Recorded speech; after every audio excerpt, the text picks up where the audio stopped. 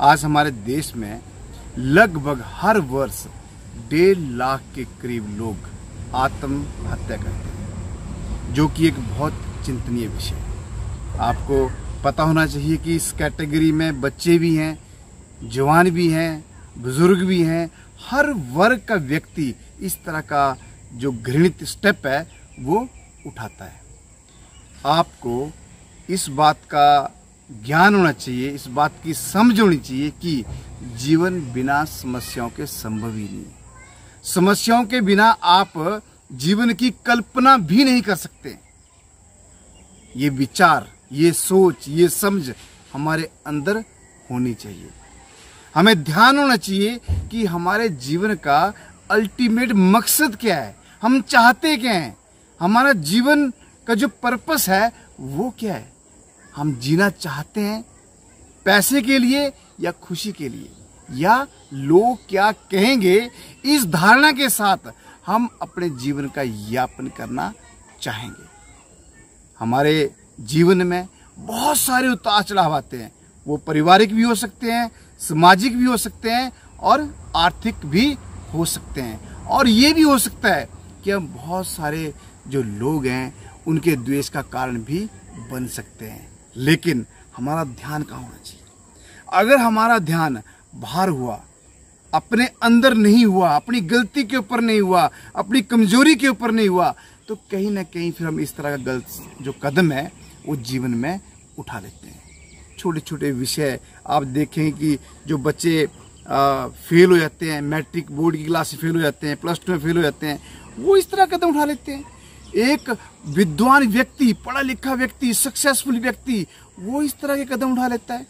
तो हम उम्मीद किससे करें?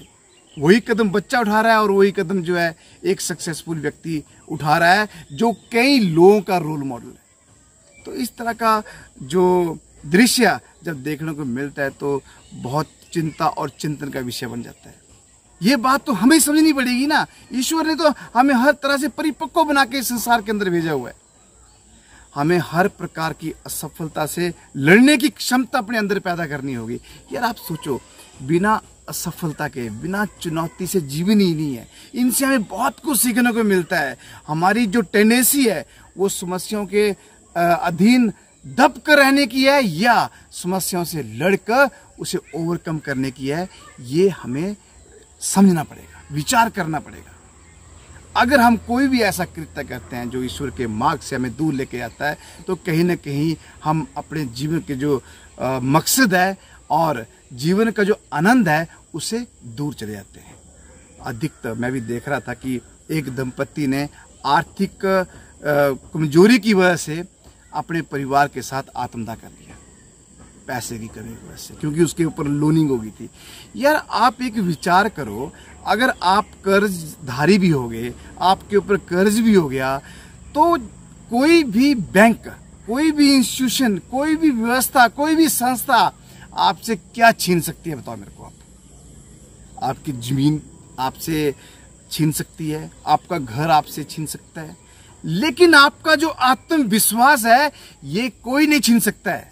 आप लोगों का जो सुख और चैन है ये कोई नहीं छीन सकता है, क्योंकि आपकी जो दुनिया है वो क्या है ये आपको तय करना है। अगर आपकी दुनिया आपका परिवार है, अगर आपकी दुनिया आपके बच्चे हैं, तो यार घर परिवार जमीन से आपने क्या लेना है? ले जाने दो।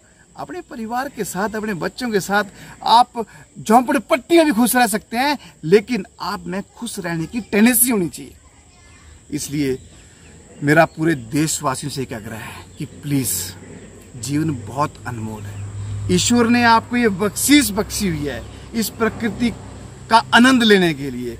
इसलिए अपने जीवन का भरपूर आनंद लो, अपने जीवन का एक अल्टीमेट मकसद तैयार करो और उस मकसद के बाहर अपने आप को मत झोंको और बाहरी दुनिया को देखकर अपनी जो कल्पना है वो मत करो। लोग क्या कहेंगे, क्योंकि 100% लोगों को आप संतुष्ट नहीं कर सकते हैं। ये बात आपको समझनी पड़ेगी। आप संतुष्ट कर सकते हैं सिर्फ खुद को। इसलिए जीवन में मेरा एक परामर्श है, जब भी कोई काम करें ईश्वर को साक्षी समझ के करें और अपनी सेटिस्फेक्शन के साथ करें, क्योंकि कोई भी नुकसान, कोई भी असफलता आपसे बढ़कर नहीं है, आपके जीवन से बढ़कर नहीं है। जीवन अनमोल है। और ये आत्महत्या जैसा जो शब्द है, इसको अपनी डिक्शनरी से खत्म कर दो और एक शेर की भांति अपने आप को समाज में सामने लेके आओ। विपत्ति से लड़ो, समस्याओं से लड़ो और जीवन का आनंद लो। खुश रहो, खुशहाल रहो। जय हिंद।